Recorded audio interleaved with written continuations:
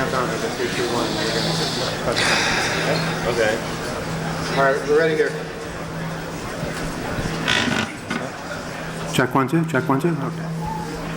Stand by for radio. Hello. 3, 2, 1.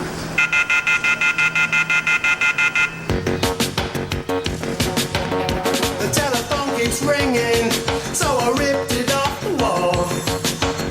I cut myself while shaving, now I can't make a call. We couldn't get much worse, but if they could, they would. Bumdiddly bum for the best, expect the worst. I hope that's understood. Bumdiddly bo.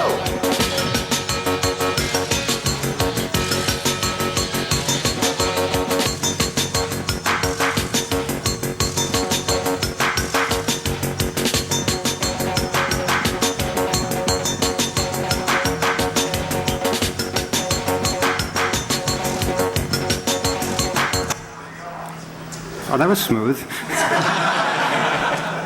Okay, welcome to Off the Hook, the indecent version. I have a couple of announcements to make that are pretty important, so I hope people pay attention to this because we want to make sure we get this right. We mentioned in the first of all, if you're here for what is this, Kevin Mitnick Unplugged, you're in the wrong place because he's not here. He will be here hopefully tomorrow. So we swapped things, and Off the Hook, the indecent version, is tonight. Except there's been a slight change. It turns out, in fact, that we are being broadcast live over the radio. So what that means, and I hope everybody will participate here. Is what the fuck, man? Sorry. Holy shit!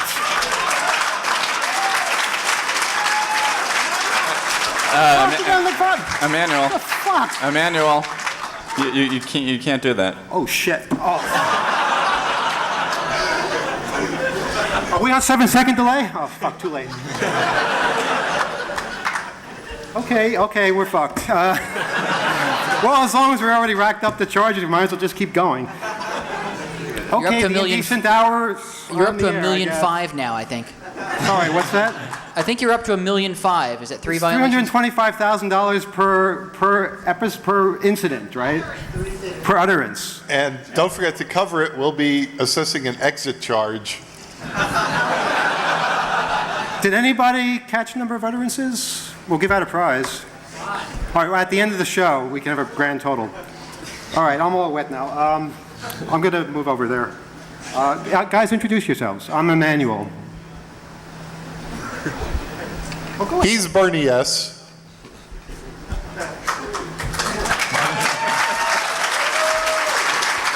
Good, we hope to see him in the finals later. I'm Jeopardy Jim. I'm Mike. I'm Arseny. Red Hacked. Redbird.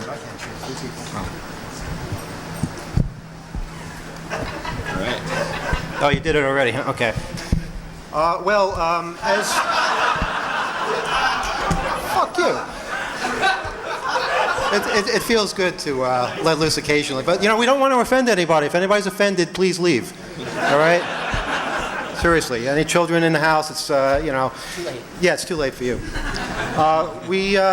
It's a serious program because what we are facing in radio is all kinds of censorship issues and fear-mongering and over-censorship and self-censorship and all kinds of things like that. And there are all sorts of weird examples.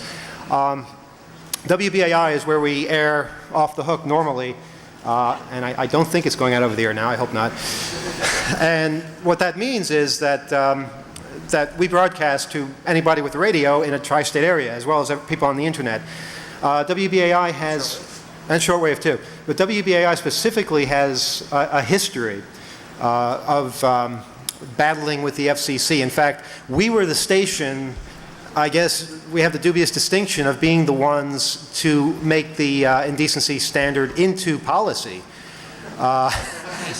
Yeah, I believe it was in 1974. Is that correct, Mike? 73 was when it all started, and it took a few years to wind down.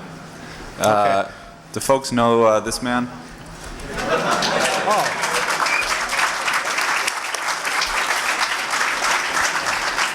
George Carlin, he's caused us no end of trouble. George Carlin had a bit on a record called Filthy Words, which a DJ called Paul Gorman played on WBAI, Pacifica Radio, at 2 p.m. on Tuesday, October 30th in 1973. Apparently, among his listeners was a man driving in a car with his young son, and that man did not want to be hearing George Carlin talking about filthy words at 2 p.m. on a Tuesday afternoon. So he wrote a letter of complaint to the FCC, and the FCC proceeded to impose a fine on WBAI and Pacifica, the station's owner. Pacifica said that this is a cultural work. It should be allowed on the radio. People want to hear it. But the Supreme Court disagreed with that, and so finally in 1978 is when it all wound down. It was ruled that airing Carlin's bit, Filthy Words, on the radio is not allowed. The FCC is within its rights to fine people for playing this. What's interesting is that the Supreme Court said that an occasional utterance of the word fuck or whatever is okay. They said that. In context, it's fine.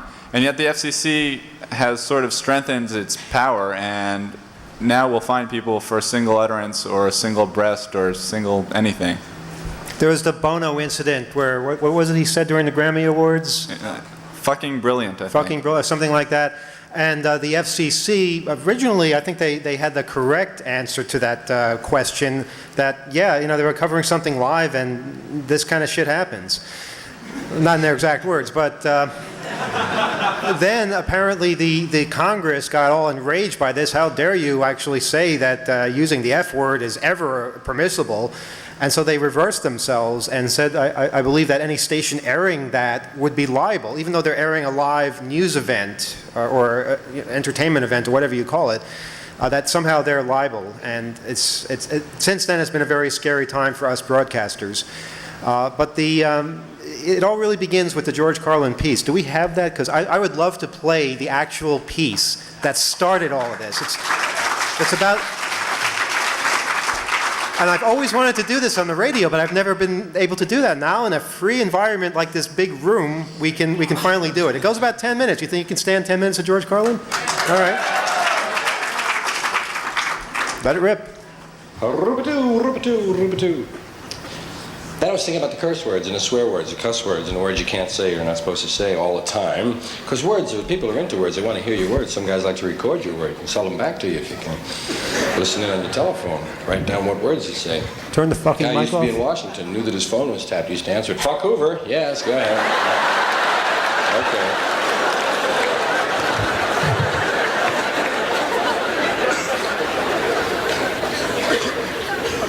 And I was thinking one night about the words you couldn't say on the public airwaves. The ones you definitely couldn't say, ever. Because I heard a lady say bitch one night on television. That was cool, like she was talking about, you know, and well, the bitch is the first one to notice that in the literature, right? All right. And bastard you can say, and hell and damn. So I had to figure out which ones you couldn't, and ever. And it came down to 7, but the list is open to amendment, and in fact has been changed by now. A lot of people pointed things out to me, and I noticed some myself. The original 7 words were shit, piss, fuck, cunt, cocksucker, motherfucker, and tits. Those are the ones that'll curve your spine, grow hair on your hands, and maybe even bring us, God help us, peace without honor. What a burden. And now the first thing that we noticed was that the word fuck was really repeated in there because the word motherfucker is a compound word and it's another form of the word fuck. If you want to be a purist, it can't be on the list of basic words. Also, cocksucker is a compound word, and neither half of that is really dirty. The half sucker, that's merely suggestive. And the word cock is a halfway dirty word, 50% dirty half the time, depending on what you mean by it. Remember when you first heard, like in 6th grade, you used to giggle, and the cock crowed 3 times. Hey, the cock 3 times, it's in the Bible, cock is in the Bible. And the first time you heard about a cockfight, remember? What? No, I ain't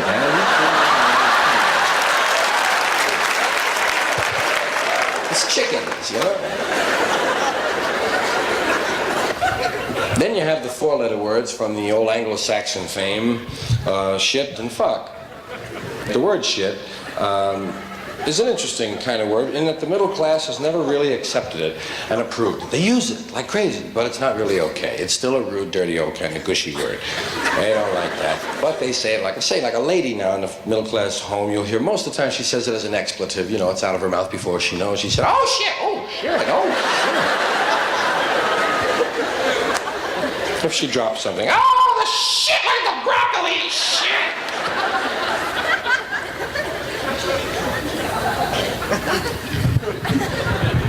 Thank you. Shit. I won the Grammy, man, for the comedy album. Isn't that great? I really didn't think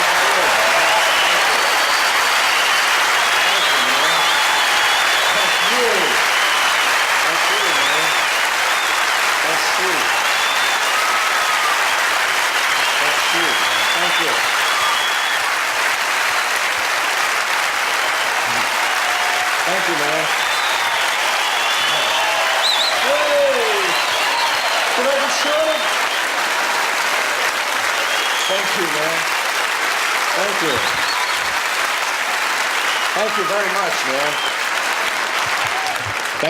For that and for the Grammy, man, because that's based on people liking it, man. Yeah, that's okay, man.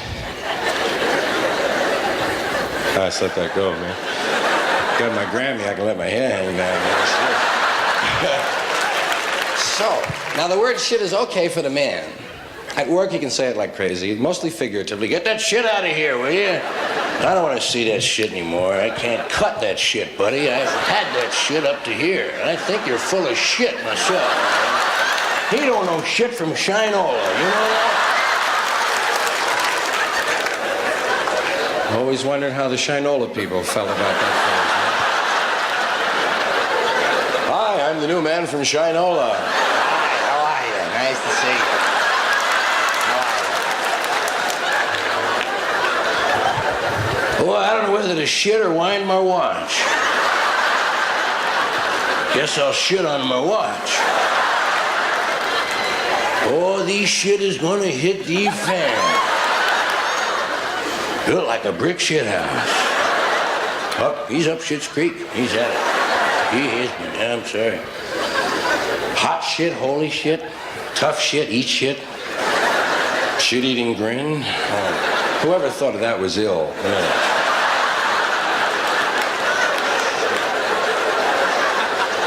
He had a shit-eating grin. He had a what?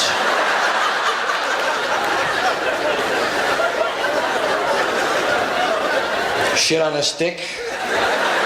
Shit in a handbag, always like that. He ain't worth shit in a handbag.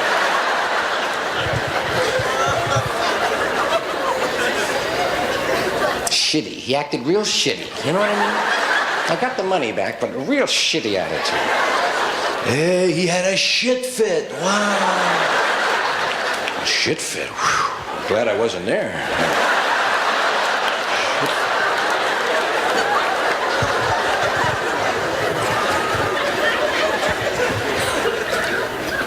All the animals, bullshit, horse shit, cow shit, rat shit, bat shit. First time I heard bat shit, I really came apart. Guy in Oklahoma, Boggs, said it, man. Ah, bat shit!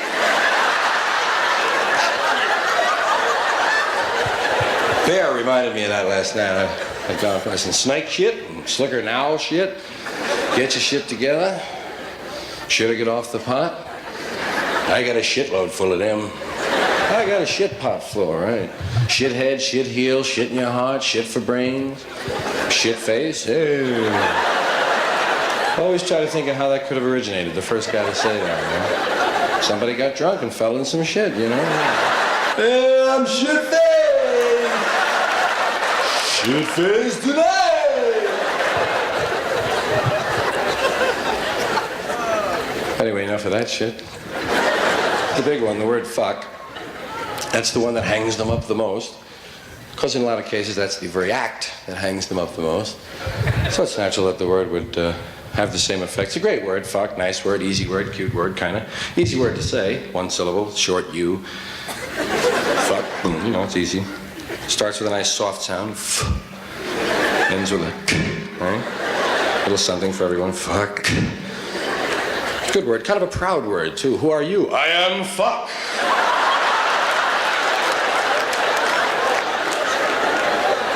Fuck of the mountain.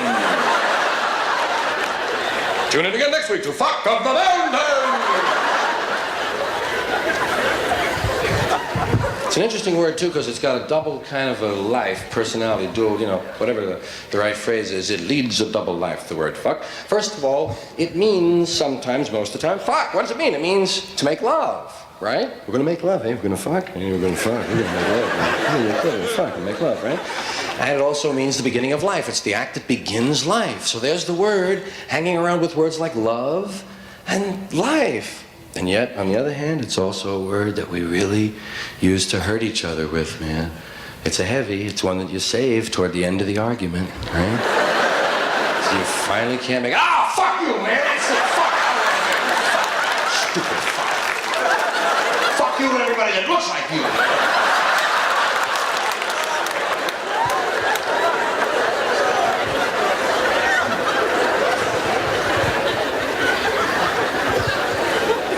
It would be nice to change the movies that we already have and substitute the word fuck for the word kill, wherever we could. And some of those movie cliches would change a little bit. Mad fucker is still on the loose.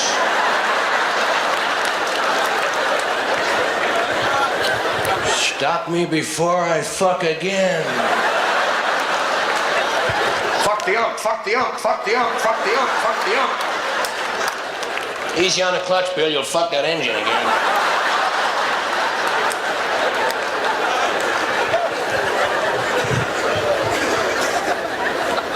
The other shit one was, I don't give a shit. Like it's worth something, you know? I don't give a shit. Hey, well, I don't take no shit, you know what I mean? You know why I don't take no shit? Because I don't give a shit. If I give a shit, I would have to pack shit. But I don't pack no shit because I don't give a shit. You wouldn't shit me, would you? That was a joke when you were a kid with the worm looking out the bird's ass. You wouldn't shit me, would you? It's an 8-year-old joke, but a good one. Well, the additions to the list. I found 3 more words that had to be put on the list of words you could never say on television, and they were fart, turd, and twat. Those 3. Fart, we've talked about, it's harmless, it's like tits, it's a cutie word, no problem. Turd, you can't say, but who wants to, you know? The subject never comes up on the panel, so I don't worry about that one. Now, the word twat is an interesting word. Twat. Hey, right, the twat. Twat is an interesting word because it's the only one I know of, the only slang word applying to a part of the sexual anatomy that doesn't have another meaning to it. Like snatch, box, and pussy all have other meanings, man. Even in a Walt Disney movie, you can say, we're going to snatch that pussy and put him in a box and bring him on the airplane. Yes, indeed, it's true. Everybody loves it. But twat stands alone, man. As it should.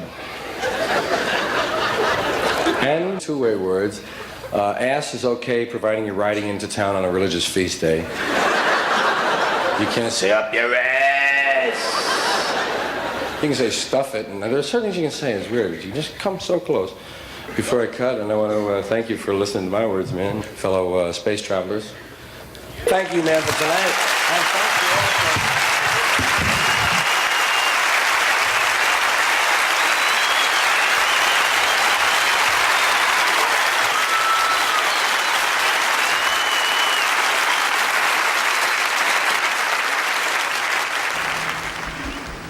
Oh, hello. Okay. I'd like to think George Carlin would approve of what we're doing here today. I think he definitely would, and he's been a big inspiration in so many ways. And I think really the only danger anybody had in listening to that piece, if they were driving, was maybe swerving off the road, because it was just. I mean, you know, if that kind of thing offends you, you're not going to listen to all 11 minutes and 30 seconds of it, now are you? Maybe if you want to write a complaint to the FCC. Yeah, it's. That's the piece that got us into a whole lot of trouble at WBAI, and that's the piece that the FCC has used in their landmark decision to control what we say and do over the airwaves. And I want to point out that we don't necessarily want to have radio programs where we're using foul language all the time, but there are times and places where it's funny, where it's interesting, where it's newsworthy. there are all sorts of examples of that. And I can just tell by the captivated looks on the people in this audience, you weren't staring at us doing radios, just sitting here like, bumps on a log, which radio's not that exciting to look at. But the piece itself was good, it was interesting, it was artistic, and how dare the FCC call it indecent.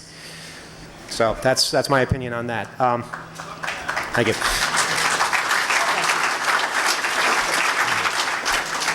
On the, what's that? More indecent pictures you're showing us. You want to explain what that one is? Just a piece of art. Piece of art? Well, the FCC wouldn't think so. They would call that indecent. Yeah, look at all the naked kids. Which one's art? Oh my God. Child porn. Yeah, they're not exactly enlightened people that make all the laws, and I don't think we should be listening to their interpretation. I think we should be making our own interpretation of things. On the subject of what George Carlin touched upon with one of the words, I think well, it's funny because people self-censor more and more, so you get all kinds of weird words like the P word, which I think he made reference to. Not the piss, the PU word. P word? Yeah, no, okay, the Johnny Carson bit. Can we play that? Oh, pussy. Yes. Thank you. See, I don't like to say these words. Sometimes this is good. Some people are, very sensitive souls, so we have to. You don't like 007 movies, with the villain saying, "My pussy and I will get you, Mr. Bond."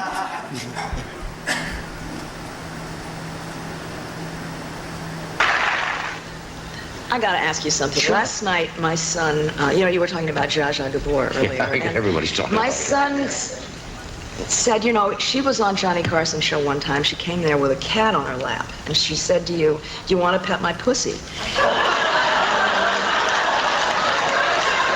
And my son said that you said, "I'd love to if you'd remove that damn cat."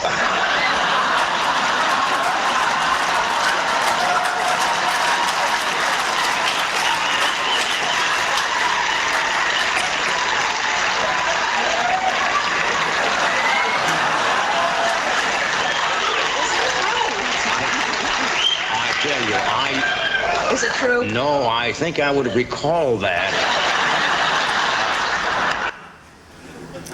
Okay. We did a little checking on this. Now, I remembered this as a 12-year-old kid watching the original. But we did some checking, and Snopes and some other sites say that this never happened. They point to the fact that there's no film, no videotape of this happening on the Carson show, but a lot of Carson's film and tape was erased by NBC. There's this interview with Jane Fonda, but there's no ironclad evidence. But on the other hand, he does in another interview explain that, it was perfectly innocuous. So he talks both ends of it, and NBC says it doesn't exist. But hundreds of people, if not thousands, think they've seen it. But the interesting thing is that this actually aired on TV. I mean, they didn't use any of the 7 words there. But, I mean, the word pussy is certainly considered to be an offensive word by some people. So it's amazing to me that NBC actually aired this. I don't know if they would today. Yeah, even in the Fonda clip, the reference to pussy, it's not that you can decide to say one or the other. The reference is clearly to both meanings of the word, one of which the FCC should have said is indecent. So in other words, they're blowing off their own definition in that clip. Well, of course, I think this came before the definitions. Do you know what year this is from? That's a good question. 89? I'd say 89, yeah. Okay. Well, the FCC has cracked down a lot more recently, and they're really going after. Right now, the latest thing is they're going after stations that air sports programs. They're listening to see if any of the audience is using swear words. So it's like, how the hell do you control that? You're airing a baseball game, and someone says "fuck you" to somebody in the crowd on the field. And they're liable for that? How is that? They want to end live TV, apparently, or live broadcasting in any sense.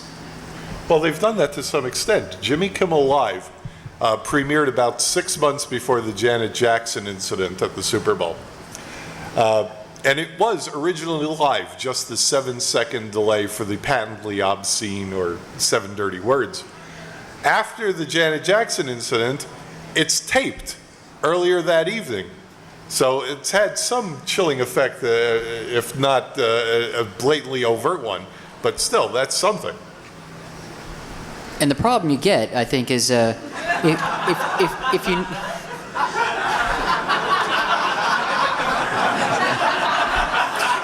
What the hell is that? It's a, little decoration on someone's yard. I think that's a pretty good looking pair of melons. Sorry to cut you off, Bernie, but usually you're in Philadelphia and that happens all the time anyway. Yeah, we show slides in the station. Too bad you don't see them, but it keeps us going and makes us laugh. But I don't know where you found these things. And none of you ever get to see, even in the studio, what I'm doing in Philadelphia when I'm on the phone.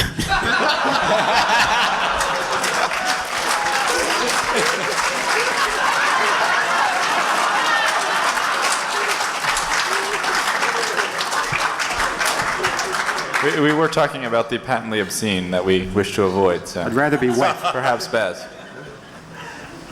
You will if you stay over there.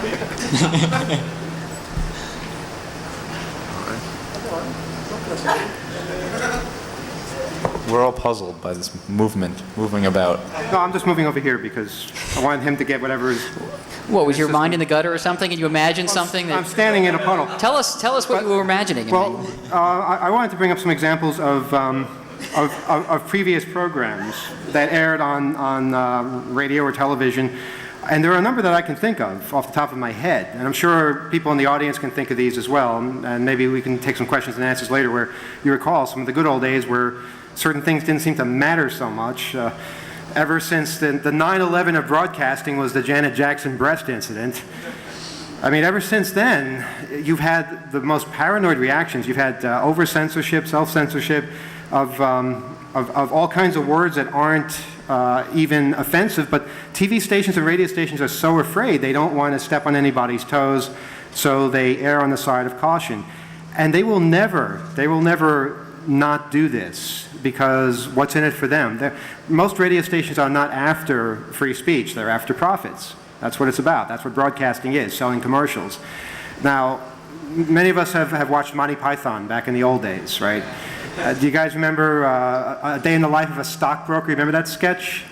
The stockbroker is walking down the street and all these crazy things are happening. People are throwing spears at other people around him, and he's just blithely going along through his day. He walks into the tobacconist to get a newspaper, and the woman behind there is not wearing a top at all, and he doesn't even notice and just goes on his way. Well, they showed that. They showed that on PBS right here in this country.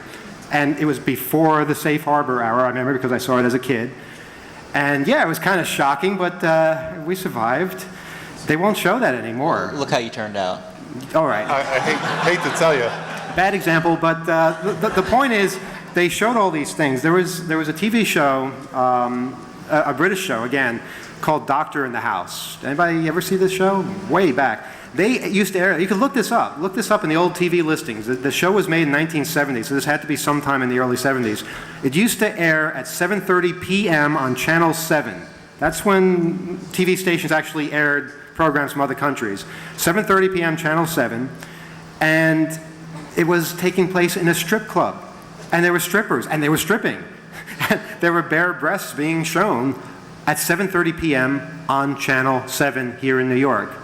It happened. We survived. Is it too late for me to file a complaint if I'm still offended? I think someone should say something, because apparently the people who work at Channel 7 now have no memory of this, because they'll cut anything with even a suggestion of that. Masterpiece Theater, 1980, I think it was. They did the Emile Zola's story, Thérèse Raquin, with the actress Teresa Russell, who some of you may remember from the early 80s, in the title role. And it's a tale of adultery. And in this, she's naked and rolling around, so to speak. And they aired Masterpiece Theater, 8 o'clock on a Sunday night in the early 80s. Yeah, and PBS now is, they're practically a commercial network, so they're very afraid of any kind of reaction. And, you know, even the non-commercial stations that I'm affiliated with, I'll give you an example. WUSB is a station out in Stony Brook, terrific place. It's where I got my start. And we're scared shitless, to put it bluntly, because all it takes is one listener calling in saying they heard something that offended them. And you know what? They don't even have to prove that we aired it. We have to prove that we didn't air it. And how the hell do you do that? I don't know. But the safe harbor rule for radio in this country is from 10 p.m. to 6 a.m.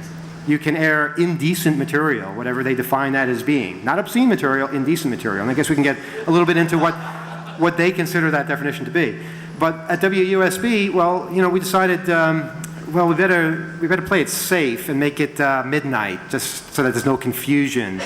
And so, okay, so they make it midnight, and then, well, that was a state, the State University of New York said make it midnight. And then at Stony Brook, we said, well, okay, it's midnight, but let's, just to make it even safer, make it at 12:30. So all this extra censorship on top of the imposed censorship is taking place. And what it boils down to is just the complete cessation of expression. And it's sad to see this happen. But we don't have the funds to fight in the Supreme Court, to take something all the way up there. And have you taken a look at the Supreme Court these days? We're not going to win. So it's a pretty hopeless situation. And I think really the only hope is if someone with a lot of money takes this on. Because I think most of the public gets it. Most of the public can deal with it. Saving Private Ryan, I'll give you an example. That actually aired on commercial TV. And for some reason, the FCC decided that this was a protected work of art, and they allowed it to air in before the safe harbor zone, before 10 p.m. Prime time. Yeah, in prime time. And you were able to hear such lines as, out of the frying pan into the fucking latrine, because it was a work of art, and it was protected, and it was Steven Spielberg. So is that the real, I think that's the real rule. Steven Spielberg, okay, George Carlin, not okay. Apparently. Respectfully, sir, sending men all the way up to Rameau to save one private doesn't make a fucking goddamn bit of sense. Well, I'll tell you what else doesn't make a fucking goddamn bit of sense is all this censorship going on broadcast TV. And the funny thing is, cable TV is not affected by this, yet cable TV voluntarily follows the same rules because they don't want to offend anybody. If they offend somebody, maybe they won't get the FCC on their ass, but they might lose sponsors. Now, an exception to this was that South Park episode where they said shit how many times? Over 100 times. And, you know, I got to give them credit for doing that, but boy, the reaction that got, I mean, come on, it's a word, it's one word, and it's a funny show, and anybody watching South Park, I think, has heard the word shit before. And the issue is that they have total control over what they're watching. If they didn't want to hear it after the first instance, they could have changed the channel very easily, so. Absolutely. Other countries, this doesn't make a difference at all. Other countries, they don't live under this kind of, I consider it oppression, I really do. We don't cuss on Off the Hook. We don't want to cuss on Off the Hook, but occasionally we fuck up, all right? Occasionally somebody calls in and a word gets out. I mean, we called somebody, this happened a few months ago, we called somebody using, what were we using? That voice? Skype. We were using Skype. We were testing it out for the first time. We called a friend of ours, and she had never used it before, or she was very new to it. And we called her, and as soon as we called her and she picked up, her other phone rang. So what's the first thing you do when something like that happens? You say, oh, shit! And that's what she said. And I'm like, oh, my God. And fortunately, we were in delay, so you didn't hear it. But she was mortified, and I don't think we've heard from her since. Emmanuel, how does it's so frightening. Emmanuel, how does that work? In that instance, you had the 7-second delay, but who actually muted the delayed speech? I did. I pressed the button because it's my ass. Now, how many times in the past couple of months have you had to push that button?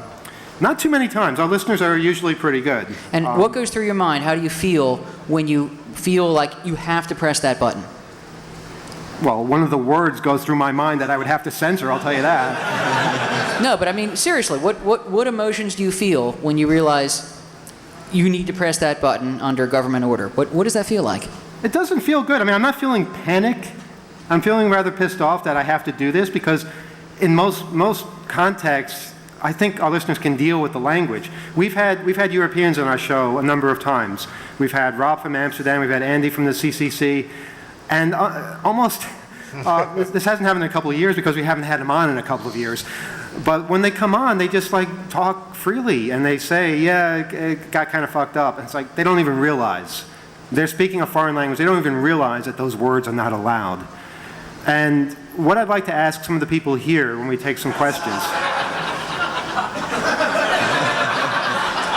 And that's one of the words, too. Can you believe that? You can't say tits. Wow. That's a good-looking pair of tits. How long have you been saving that line for? They're speaking a foreign language, and they don't even realize that they're saying these words that are forbidden. And what I'd like to ask the people here is, from your countries, if you're from other countries, are there words? Are there words that are absolutely forbidden for you? Like, I know in England, saying bloody means a lot more than it does here. But you guys still say it on TV. You still say it on the radio. You guys watch Sex and the City? They put that on commercial TV now. I've never seen it, but my God, it's from what I've heard, it's just cut up incredibly from when it originally aired on HBO. And if you watch The Sopranos, that's going to air on commercial TV in a few years, and you won't recognize it because they've made alternate audio for every single episode. Just panic shots of New Jersey. The comment was just panning shots of New Jersey. So, I mean, every shit is going to be a shoot. Every fuck is going to be a frick. You know, it's like everybody knows what the words are, but for some reason that satisfies America and we're not offended. And can you really imagine those characters saying, "Oh shoot," you know, or well, if you want to preview to this, find Pulp Fiction. It aired on Channel 11 a few years ago, and my God, all the words they made up that were curses that no one ever heard of before. But the violence stays in. Like when they whack Big Pussy in the, well, how are they going to work that out? I guess. Well, when they shoot him in the head and dump him in the water, I hope I'm not ruining it for anybody. That's going to stay in there. That's okay. It's okay to shoot people in the head and decapitate them and all that kind of stuff, but don't say shit when you do it, because that's going to offend somebody. It's universally screwed up, I think. Emmanuel, on live broadcasts like Off the Hook, I'm going and back. lots of others. Thank you. I see this form of censorship particularly insidious because it imposes it on us on the air in a way that almost makes you feel like you have to overcompensate because you don't know exactly where the line is because the government hasn't been completely clear about what's appropriate, what's legal, what's not legal, what can get you a $325,000 fine, and that's to the speaker individually now. This is not to the station. You so far have rung up how many millions of dollars in fines tonight, if this had been aired? Seriously. And the FCC has already fined individuals more than once with these high fines. I mean, for the same string of words in the same broadcast. So they're not, they're going to run these consecutively in there. But anyway, the self-censorship thing I find particularly disturbing because naturally broadcasters are going to overcompensate just to be on the safe side, and that just lowers I call it the homogenization of content because it just lowers it down to just something so innocuous that it seems to lack meaning. One of the interesting things that we had to do for Off the Hook is we once played this kind of innocuous German telephone hold music song, which is about how they don't care that you're on hold and, they're bad. This German thing, I downloaded it. I downloaded something called the radio edit version, which I guess means they edit it for length. And the song, which is entirely in German, contains the word Scheiße, which means shit. So you can't play that on American radio. So I had to edit this song in a language I don't even speak. It's entirely possible that if I hadn't bothered to look up a translation, I wouldn't have known and we would have aired it and got in trouble. It's very nebulous. So someone says tits in Swahili and we're liable. We could be. How do you say tits in Swahili? I'm going to say it. See if I don't. I will. It's been a long time since I read Catch-22. I'm sure somebody in the audience has read it recently. Isn't there a character in there called Scheißkopf, which is German for shithead? So does that mean you can't read Catch-22 even with the obvious dirty words edited out over the air? Well, I mean, you can say the words as long as they're not the words. In the TV program Boston Public, remember one of the characters was named Harvey Lipschitz? And they used to say his name all the time. Oh, it's Mr. Lipschitz. They just, Lipschitz, hey, Lipschitz, what's up, Lipschitz? And it was crazy. You knew they were having fun with it. But it's okay because it's part of his name. Or my dog's a little Shih Tzu. Is that a dog? Yeah. And you can say it as long as it's not the word, even though you're using the same exact sound. And on that word, recently, I'm sure most of you heard on the news that our own chief executive, President Bush, has uttered that word, and in a context to other world leaders, Tony Blair, where he said something to the effect that we got to tell Syria to tell Hezbollah to cut this shit out or whatever. It's an unusual situation now where news organizations, broadcasters, cannot quote the President of the United States, or the Vice President, for that matter, when he tells us Senator Leahy to go fuck himself. Stuff like that. You can't quote the President of the United States or the Vice President verbatim without incurring the wrath of the FCC, several $100,000 in fines. It's really strange. Well, if anyone's aware of a television station that did play this, I want to know and I want to file a complaint and I want to see what happens. Well, CNN is on cable television and they are not subject to these rules, even though they mostly abide by them. Now, we had some debate about this because you have the piece. Do you guys want to see the piece of Bush cursing? You sure you're ready for this? It could be traumatic. We're not sure if this aired on TV or just on the website. Did anybody see it on TV, where they actually used the S word? You did. Okay. So let's air this. This is the report, and then we'll take some questions. So come up to the microphone. I saw it on BBC World. Well, of course you'd see it there. Yeah, sorry, I can't really make this full screen.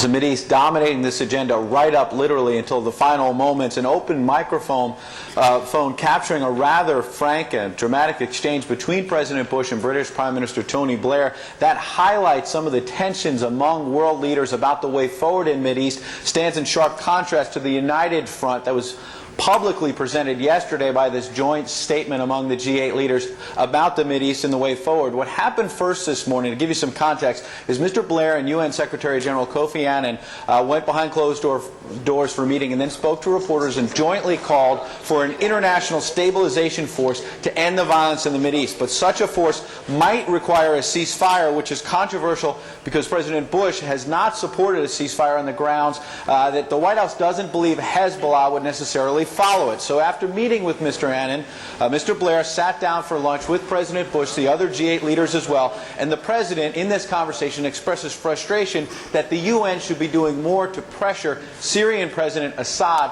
to get Hezbollah to stop the violence. We need to be clear that the leaders knew that this was a photo opportunity. Mr. Blair eventually turns off the microphone that was on the table, but not before this. What about Kofi? That's all right. I don't like the sequence of it.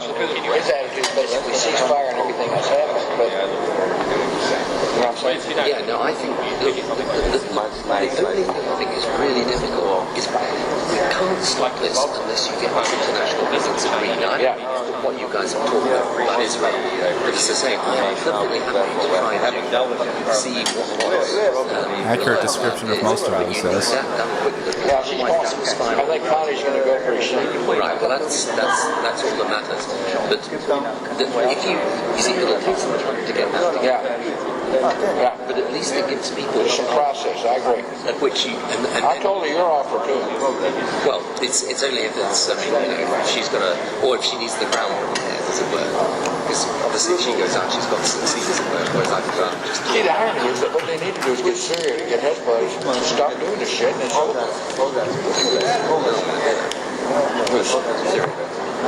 Why? Because I think this is all part of the same thing. Yeah. Look, what does he think? He thinks if Lebanon turns out fine, if you get a solution in Israel, Palestine, Iraq goes in the right way. He's had it. No, don't. What was interesting about that, I saw that online, and the title of the clip was the sh_T heard around the world, and it didn't really, the description of the video didn't really mention anything about what they were talking about. The big story was that he said shit. The big thing. That was it. Nothing about, the actual what we were going to do and sending Condoleezza Rice and all that. No, it was that he said shit. That was the important part. Okay, we're into our last few minutes. So if anybody has any questions, the microphone's right up there. Just run up and ask questions. Do we have the slide of what was that statue outside the Justice Department that they actually covered up because they were afraid someone might see a breast? Is it this? No, it wasn't that. It sure wasn't that. Okay. Yeah, that's the one. They actually bought curtains to cover this up so that when they gave speeches, you wouldn't see that behind. And there's a famous photograph when Attorney General under Reagan, Ed Meese, was Attorney General, when there was some indecency regulations that were being handed down by that right-wing administration. And there were classic photographs by the press of Attorney General Ed Meese standing in front of that statue with the tits hanging out over his head. It was a great picture, and now that's never going to happen because somebody caught hell for it. I'd just like to point out there's a radio station in Seattle. There's a radio station in Seattle where the morning talk show host is fighting a lot of this, and he went to a meeting with the FCC representatives, and he said, "Give me a list of words I can't say," and they would never give it to him. And he said, "Well, is this because if you give me a list, it's violating my First Amendment rights?" And they were just kind of silent on that. Yeah, they will be silent when you ask them specific questions like that, for sure. Yeah. I would also like to point out that NPR actually aired Bush saying shit, and he told them, he said, find them the maximum amount, and NPR is actually fighting them. The whole National Public Radio Network, every single station on the network aired the word shit before 10 p.m.? Yes. Interesting. That's good. This could be a good test case. Oh, there's 2 sets of microphones. I didn't realize all those people back there. Okay, let's try to get through these fast. Go ahead. Then we'll go to you. How much of this controversy, the recent controversy over Close to the mic. how much of the recent controversy over obscenity and profanity on television is just manufactured by groups like the Parents Television Council and other lobbying groups and activist groups that basically push people to complain about shows, even if they haven't seen the show? Oh, it's absolutely contrived by the religious right to get their agenda out there. And if you get a lot of people threatening and writing letters, yeah, it does have an effect. Unfortunately, people on the other side are a little bit more intelligent than that, and they don't all act as one hive, and they're not. They don't appear to be as organized. But I think public sentiment is against that kind of a thing. We just have to figure out how to fight it. Okay, in the back there. Just to give you the UK perspective, they're just like on the CNN there. They don't mind you using swear words if it is in context, and especially if it's live. But effectively, there's no list and anything. They just complain. If they get a complaint, they'll work it out. So not having a list is a good thing, but also it means that it's up to them whether you get fined or not. And the BBC would put on Jerry Springer the Opera. You may know that's quite offensive to some and has about 300 swear words in it. And although they got 45,000 complaints, they stood firm and said, "We'll show it." Okay, guys, I'm sorry. We only have time for one more question. The person in back of you. All right. Talking about not knowing where the line is and sort of not having a list of words. This is kind of the same strategy that the People's Republic of China does in censoring websites, because Baidu and Yahoo and MSN don't know what websites are blocked, and so they do a certain level of self-censorship. And that greatly increases the number of things that don't get through the firewall. And also regarding lipshits, there was if you remember the cartoon Rugrats that was on Nickelodeon, it was intended for small children and stuff. There was a psychiatrist who had that same name, and they were using his name all the time too, somewhat suggestively in some cases actually. All right, I want to thank everybody for being part of this historic broadcast, and I hope someday that the recording of this can air over the airwaves in the United States in prime time, and that people will say, "Hey, that was a decent show." Thanks.